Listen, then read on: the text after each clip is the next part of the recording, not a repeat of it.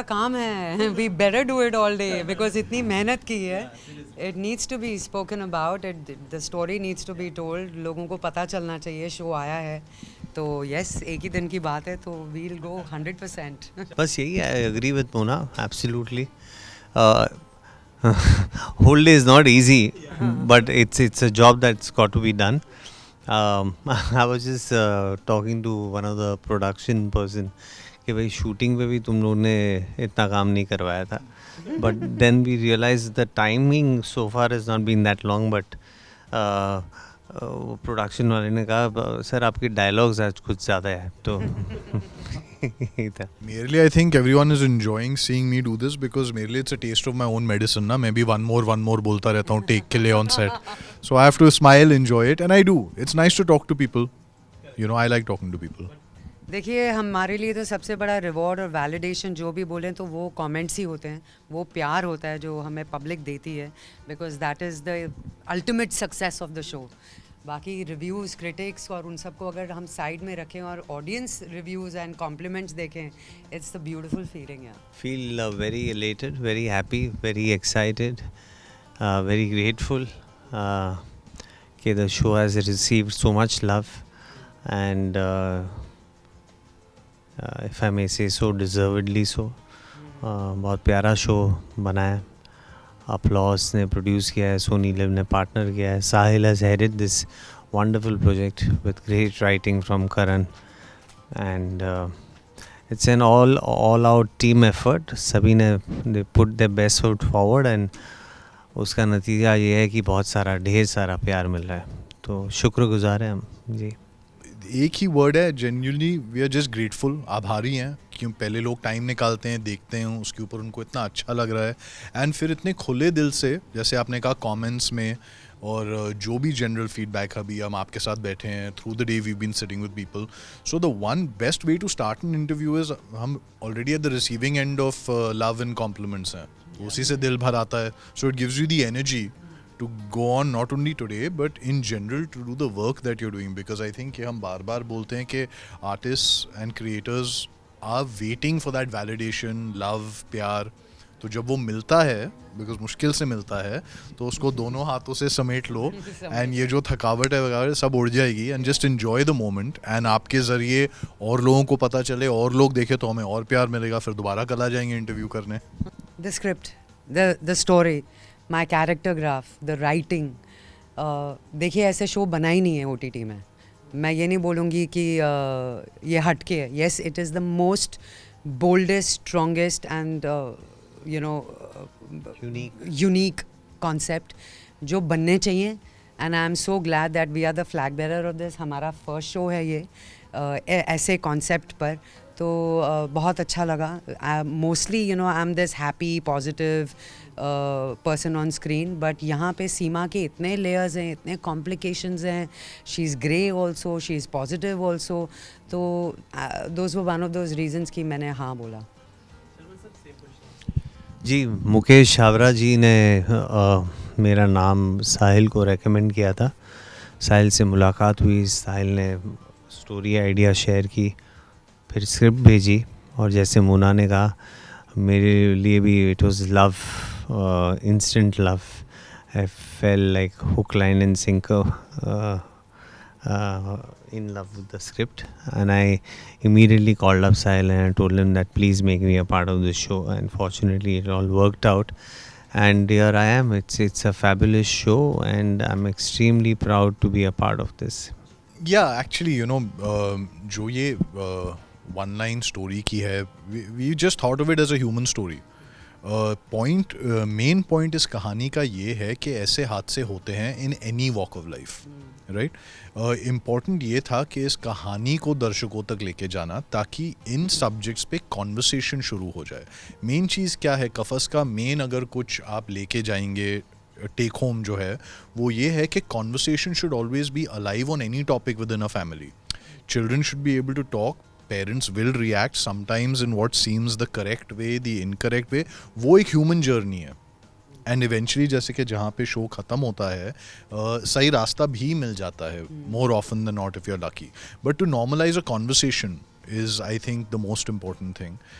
तो उससे ज़्यादा हमने कुछ नहीं सोचा कि एक ह्यूमन कहानी है, ह्यूमन बींग्स को दिखाते हैं with all their weaknesses, because हम सब में हैं, यू नो. तो ये सुपर हीरोज़ नहीं हैं कहानी में, नॉर्मल हैं, गलतियां करते हैं, बट जैसे कि मोस्ट पीपल सीखते हैं अपनी गलतियों से, ये भी सीख पाते हैं. तो we've looked at the story just like that and try to tell this story in the most dramatic entertaining manner possible, ताकि ऑडियंस का इंटरेस्ट जमा रहे पूरी कहानी देखते हुए. बाकी जो मैजिक है राइटिंग का, वो तो जैसे शर्मन सर ने भी नाम लिया उनका, वो करण शर्मा ने लिखी है. उनको, उनके साथ ये मेरा तीसरा शो है. So I know him wonderfully well as a human being, and I know that sensitivity Karan will always bring, because collectively we work towards that, to maintaining एक वो सेंसिटिविटी ऑफ इमोशन, लोगों के जो जज्बात हैं, to try and keep that in balance. And so while it's a bold show, I think ये इकलौता show होगा इसमें एक किस भी नहीं है, I think in the whole show. There is no, it's bold in thought. हाँ, थॉट, सोच बोल्ड है शो की शायद, लेकिन visually it's a very clean show for a family to watch together. I agree. भी नाम लिया उनका, वो करण शर्मा ने लिखी है. उनको, उनके साथ ये मेरा तीसरा शो है. So I know him wonderfully well as a human being, and I know that sensitivity Karan will always bring, because collectively we work towards that, to maintaining एक वो सेंसिटिविटी ऑफ इमोशन, लोगों के जो जज्बात हैं, to try and keep that in balance. And so while it's a bold show, I think ये इकलौता show होगा इसमें एक किस भी नहीं है, I think in the whole show. There's no, it's bold in thought. हाँ, थॉट, सोच बोल्ड है शो की शायद, लेकिन visually it's a very clean show for a family to watch together. I agree. या ये चीज़ें होती हैं, इसीलिए इसकी स्टोरी बनी है. यू सी, हमने भी ऐसे बहुत किस्से सुने हैं कि किसी स्कूल में ये हादसा हुआ या सोसाइटी में ऐसा हादसा हुआ, and people just want to shut up. In fact it should be the other way around. People should talk about it. क्योंकि हम क्यों विक्टिम को गिल्टी फील कराएं? या ये तो उसके साथ, बेचारे के साथ हादसा हुआ है ये. वाई शुड द सोसाइटी और पीपल बुली हिम और her? You know, in fact people should be speaking about it and making sure कि ऐसे पावरफुल लोगों को आप नीचे गिराएं और उनकी असलियत दिखाएं लोगों को. तो ये शो वही है. You know, it talks about what is right, what is wrong, how to fight against all odds to bring justice to the family and to your children. तो अगर, मैं तो कहती हूँ किसी के साथ भी ऐसा ना हो, लेकिन अगर हो कोई ऐसा हादसा, please talk about it and don't just, you know, give in and succumb कि मेरा तो कुछ अब हो नहीं सकता. You need to fight for yourself, you need to stand up for what is right. So I completely agree with Mona. She's pretty much covered the whole thing.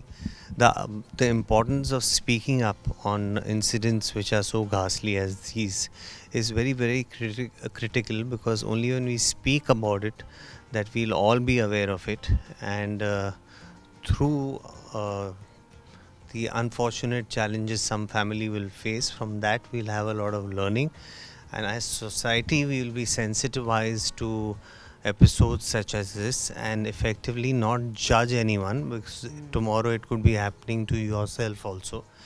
Right now it's happening to a household next to yours. Tomorrow it'll reach your household. But as long as we are comfortable, we are talking about it openly, so much more will the predators or the powerful people, like Mona was saying, will be Exposed. forewarned, will be very skeptical, scared of taking such kind of steps, because they know that the society at large and the system will take them up. You can see, you know, हम दोनों मतलब अपनी मस्ती अपने चलते रहते हैं, हमारे पर्सनल जोक्स चलते रहते हैं. there's so much to, you know, learn. there's so much mutual respect, and एक दूसरे के क्राफ्ट को लेकर बहुत रिस्पेक्ट है, प्यार है. एंड आई जस्ट फील कि मैंने शर्मन की पूरी फैमिली के साथ काम कर लिया है. I have work with Rohit, I have work with Ronit da, and Mansi is a dear friend जो इनकी बहन है. तो मैं मानसी को भी यही जोक करके बोल रही थी, you know, that with Rohit and Ronit I have always been the other woman, but with him I'm the wife. So it was a beautiful experience, and I really hope कि शर्मन मैं दोबारा फिर से किसी और सीरीज़ में एक साथ काम करें जहाँ पे रोल बिल्कुल ही अलग हो. Emotions and drama honestly come very naturally to me. on my comedy I've had to work really hard, and fortunately I could because of my outings in theatre. Gujarati theatre से मैं बिलोंग करता हूँ, और 7 साल 8 साल जो भी मैंने काम किया, मेरी करियर की शुरुआत थिएटर से ही हुई, और उस 7-8 साल में मुझे 3-4 बहुत ही बेहतरीन, और उसमें से 2 तो एक्सेप्शनल प्लेस करने को मिले, और ये 2 happen to be comedy places. तो थिएटर में डायरेक्टर एक हद तक ही रहता है, उसके बाद एक्टर जब स्टेज पे चले जाता है तब it's pretty much actors medium तभी उसको कहते हैं. तो एडिटिंग से लेके उसकी pacing, depending on that audience that day, it makes a lot of difference. We can do that kind of online editing, so to say. The actors can do that, increase the pace, slow down the pace, bad sound system, accordingly adjust. तो ये सारी चीज़ें आपको सीखने मिलती है. और सबसे important is that when those 2 plays I mentioned were very successful Marathi plays, and they were proven successes, and they ensured that there were we'd seen that there were laughters happening on many occasions. So in case we fail to bring in that laughter, obviously the problem was with us, lied with the actors who were delivering that line or playing out that scene. तो उस वजह से audiences जब हंस रही थी तो we knew that we hit the right note, और जब वो लोग नहीं हंस रहे थे तो we knew that somewhere the timing has been missed. तो उस वजह से टाइमिंग वगैरह बहुत अच्छी हो गई. लेकिन coming back to the question, emotions, drama came to me much easily than comedy. उसमें काम करना पड़ा. It was a teaser campaign for a betting app, and eventually everyone got to know that, understand that. But hopefully someday 3 Idiots sequel would be made, and it would be great. I would be delighted. We'd all be delighted. We keep asking Raju sir time to time कि भैया क्या हो रहा है, कुछ possibilities. There have been occasions where he's mentioned one story to me which he said they are working on it. उसके पहले भी एक occasion था जब उन्होंने किसी और स्टोरी पे, मतलब 3 Idiots के सीक्वल को लेकर के काम कर रहे थे, लेकिन वो फिर कहीं कुछ बना नहीं. तो वो राजू सर तो हम सभी जानते हैं कि he takes his time. He is most truthless with himself first. बाकी सब की तो बाद में खैर नहीं, वो दूसरी बात है. लेकिन हाँ, होपफुली बनेगी किसी दिन. मैंने क्या सीखा, मुझे ऐसा लगता है कि जब भी कहीं ना कहीं इनजस्टिस हो रहा हो ना, चाहे वो आपके साथ हो रहा हो या किसी और के साथ हो रहा है, you should always step forward and help. आपको आवाज़ उठानी चाहिए. बहुत पहले एक ऐड भी आया था टीवी में जहाँ पे एक बॉस अपनी को-वर्कर के साथ बहुत उसे इल ट्रीट कर रहा था, बिहेविंग बैडली. उसी ऐड में दिखा रहे थे कि एक बस में एक लड़की ट्रैवल कर रही है and this man is behaving silly with her. तो वो लड़कियों ने और कुछ नहीं किया था, सिर्फ चिल्लाया था, और चिल्लाने से लोगों की अटेंशन उसने अपनी तरफ खींची. यस. तो मुझे इस शो से लगता है it's a very strong message to start conversations about these things which society considers to be a taboo, like mental health, sexual assault, and taking some preventive measures against these acts. तो ये मैंने सीखा है. Thank you so much.